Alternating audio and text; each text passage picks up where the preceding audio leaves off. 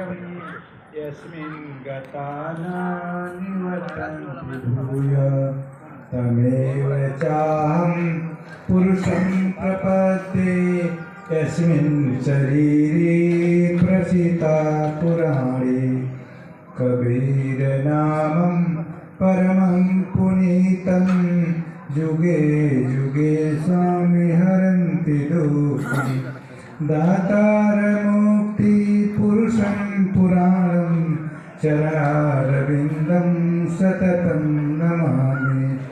सतगुरु की महिमानंद अनंत किए उपकार लोचन अनंत उधार्य अनंत दिखाना।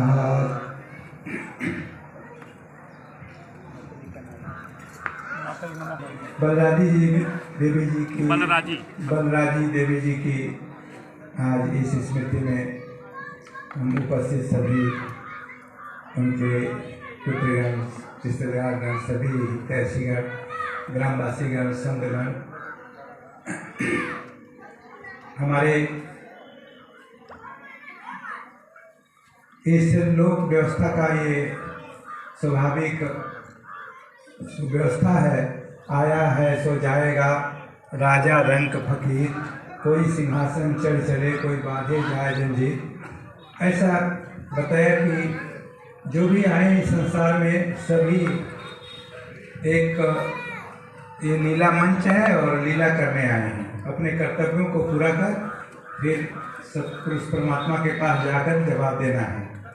जो इस बात को याद रखते हैं कि हम यहाँ अपने कर्तव्यों को करने के लिए, अपने कर्तव्यों को पूरा करने के लिए और उसे अच्छा करने के लिए और फिर जवाब देने के लिए प्रस्तुत होंगे, वो सिंहासन चढ़ जाएंगे। साहब बोलते हैं वो उन्हें यहाँ भी लोग हृदय में रखते हैं, उनके मान बढ़ाई सम्मान के वो हकदार होते हैं और वहाँ जाने पर भी उन्हें आदरपूर्वक उनका जो कर्म कमाई है उसके अनुसार उचित स्थान प्रदान मिलता है।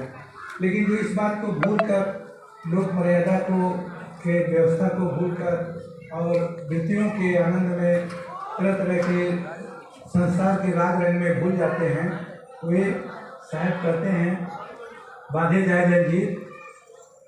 तो ये दो व्यवस्था, एक सिंहासन चढ़ और बांधे जाए जंजीर। स्वर्ग नरक, हम लोग उसको स्वर्ग नरक कहते हैं। स्वर्ग और नरक ऐसा कोई स्थान बना हुआ नहीं है कहीं भी।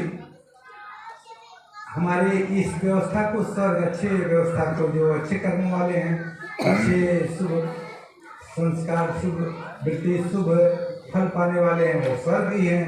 और जो बुरे कर्मों, बुरे आचरण, बुरे फल को पाने वाले हैं, वे नरकी प्राणी हैं। वो यही स्वर्ग नरक दुखों के रूप में, सुखों के रूप में, संपन्नता के रूप में, मान सम्मान के रूप में, आदर मान बढ़ाई तमाम तरह की चीज़ों के रूप में प्राप्त होता है और दुखों के रूप में, निंदा के रूप में नरक प्राप्त होता है। स्वर्ग नरक की शंका न, पाप पुण्य की शंका न आई, स्वर्ग नरक नहीं जाई, कहें कबीर सुनो हो संतो जहाँ का पद तहाँ समाये। ऐसा साहब ने बोला है कि संत सदगुरु बोलते हैं कि निर्लय वचन कि पाप पुण्य दो चीज़ें बनी हुई। अच्छा कर्म है पाप, अच्छा कर्म करते हैं पुण्य, बुरा करते हैं तो पाप। तो कहें पाप पुण्य की शंका न आई, स्वर्ग नरक नहीं जाए, कहें कबीर सुनो हो संतो जहाँ कपल तहाँ समाये। इसका मतलब ये हुआ कि हमारे अच्छे कर्मों का फल अच्छे रूप में, बुरे कर्मों का फल बुरे कर्मों में के रूप में मिलता है। लेकिन ये अच्छे बुरे कर्म दोनों एक सोने की जंजीर, एक लोहे की जंजीर की तरह हैं। हम बंधन में ही रहते हैं। अच्छे कर्मों को भोगने के लिए संसार में आना है, बुरे कर्मों को भोगने के लिए संसार में आना है। एक तीसरी स्थिति है जिसे गीता में कर्म, अकर्म और विकर्म कहते हैं। भगवान श्री कृष्ण जी बोलते हैं कर्म, जो शुभ कर्म करते हैं शुभ के रूप में पाएंगे, लेकिन वो कर्मों को भोगने के लिए ही रहेंगे। बुरे कर्म करेंगे बुरे के रूप पाएंगे, लेकिन बुरे कर्मों को भोगने के लिए बाध्य रहेंगे। लेकिन इसकी तीसरी स्थिति है विकर्म, निष्कर्म, निष्काम कर्म। विकर्म जो करते हैं, निष्काम कर्म करते हैं, वो पाप पुण्य दोनों से परे, स्वर्ग नरक दोनों से परे, आत्मस्वरूप मुक्त स्वरूप। मनुष्य का जो मूल लक्ष्य है वो अच्छे कर्मों बुरे कर्मों में फंसे रहना नहीं, बल्कि निष्काम कर्म करके इस जीवन से मुक्त प्राप्त करना है। ये तीसरी स्थिति। तो हम इस संसार में आए हैं तो हमें हमेशा याद रखना है कि हम अच्छे करें बुरे करें, तो बुरे तो करें ही नहीं, पहला संकल्प लें जिससे हमें बुरे कर्म फल न मिले। अच्छे करें, लेकिन अच्छे के लिए हम अपेक्षा न रखें, निष्काम कर्म करें, दूसरों के लिए, किसी के लिए भी अपने स्वार्थ रहित होकर करें। किस कर दिया, ये हमारे यहाँ लोक भाषा में बोला जाता है कि दान देते हैं तो एक हाथ से दें, दूसरा हाथ न जाने। तो एक लोक भाषा में लोक उक्ति इतनी सटीक है कि दर्शन को, बड़े दर्शन को, वेद के वाक्य को सीधा सा सहज भाषा में बोल दिया, ये हाथ दे ये हाथ में जाए। उस बात को विकर्म कहते हैं। तो बहुत सहज बात में लोक भाषाओं में कहा गया है।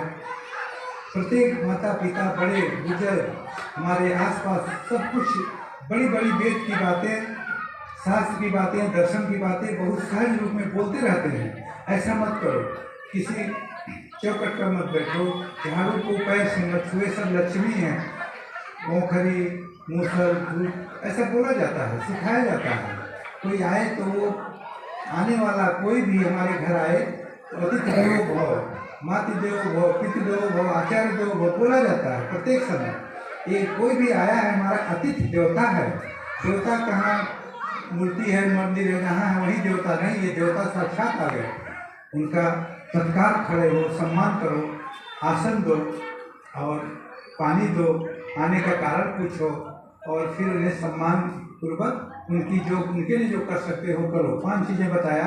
कोई भी आए तो उससे पहले आसन दो, जल दो, आने का कारण पूछो, उनका लिए जो कर सकते हो वो करो, सम्मान दो। हम ऐसे लोग रोजमर्रा के जीवन में रहते हुए छोटी छोटी चीज़ें अगर करते हैं, वही हमारी कमाई होगी, हमारा पुण्य होगा, हमारा निष्काम कर्म होगा। लेकिन हम इस जीवन में रहते हुए छोटे छोटे कार्यों को न करते हुए ऐसा सब करते हैं कि कभी गंगा सागर जाएंगे, कभी यज्ञ करेंगे, कभी पूजा करेंगे, कभी कोई गुरु मिलेगा, कोई संत मिलेगा, कोई आशीर्वाद मिलेगा, फिर से कभी भजन करेंगे, कभी नहीं होगा। सब संत दर्शन सब कर रहे हैं, ऐसी सपराई करके कभी नहीं कोई कर सका है। ऐसी सपराई कभी नहीं करना, जहाँ हो, जहाँ खड़े हो वहीं से तुरंत हम कार्यकर्ता के रूप में खड़े हैं। विवेकानंद ने कहा, थोड़ा धीमा कर दीजिए, थोड़ा धीमा। स्वामी विवेकानंद यहाँ बंगाल में रनाडे बहुत बड़े विद्वान थे, पूरे रनाडे बंगाल के थे, मध्य बहुत बड़े विद्वान थे, अंतर्राष्ट्रीय विद्वान। तो उनकी सभा थी, उसमें विवेकानंद बुलाए गए थे। तो वहाँ जाकर विवेकानंद संत थे और रनाडे बहुत बड़ा ज्ञानी प्रोफेसर थे। तो रनाडे ने संत विवेकानंद की आलोचना करी कि जब घर संपत नाती मोड़ मुड़ा भैंस भी नाती, घर में जब खाना पीना नहीं रहता, सब लोग साधु बन के दूसरे समाज पर भाग, जीवन की समस्याओं से, संघर्षों से भागकर संसार के लोग के ऊपर, दूसरों के ऊपर खाने के लिए साधु बन के घूम रहे हैं। अपने कल्याण नहीं किए तो दूसरे का कल्याण क्या करेंगे। विवेकानंद ने जब उनका नंबर आया, विवेकानंद ने कहा कि मैंने सुना था कि रनाडे बहुत बड़ा विद्वान, अंतर्राष्ट्रीय विद्वान है, लेकिन यहाँ आकर मुझे पता चला कि रनाडे तो प्राइमरी का कखक भी नहीं जानता है। अभी इतनी बात नहीं जानता। संत ईश्वर का सैनिक है, तुम्हारे घर खाने पीने घूमने के वाला साधु नहीं, व्यक्ति नहीं है, वो ईश्वर का सैनिक है। वो तुम सोए हो, तुम शराब पी रहे हो, तुम भूलों भटकों में पड़े हो, तुम्हें दृष्टि देने के लिए वो आया है। खुद के लिए नहीं आया, खुद खाने के लिए नहीं आया, तुम्हें दृष्टि देना है, तुम्हें जगाने आया, तुम्हें उठाने आया।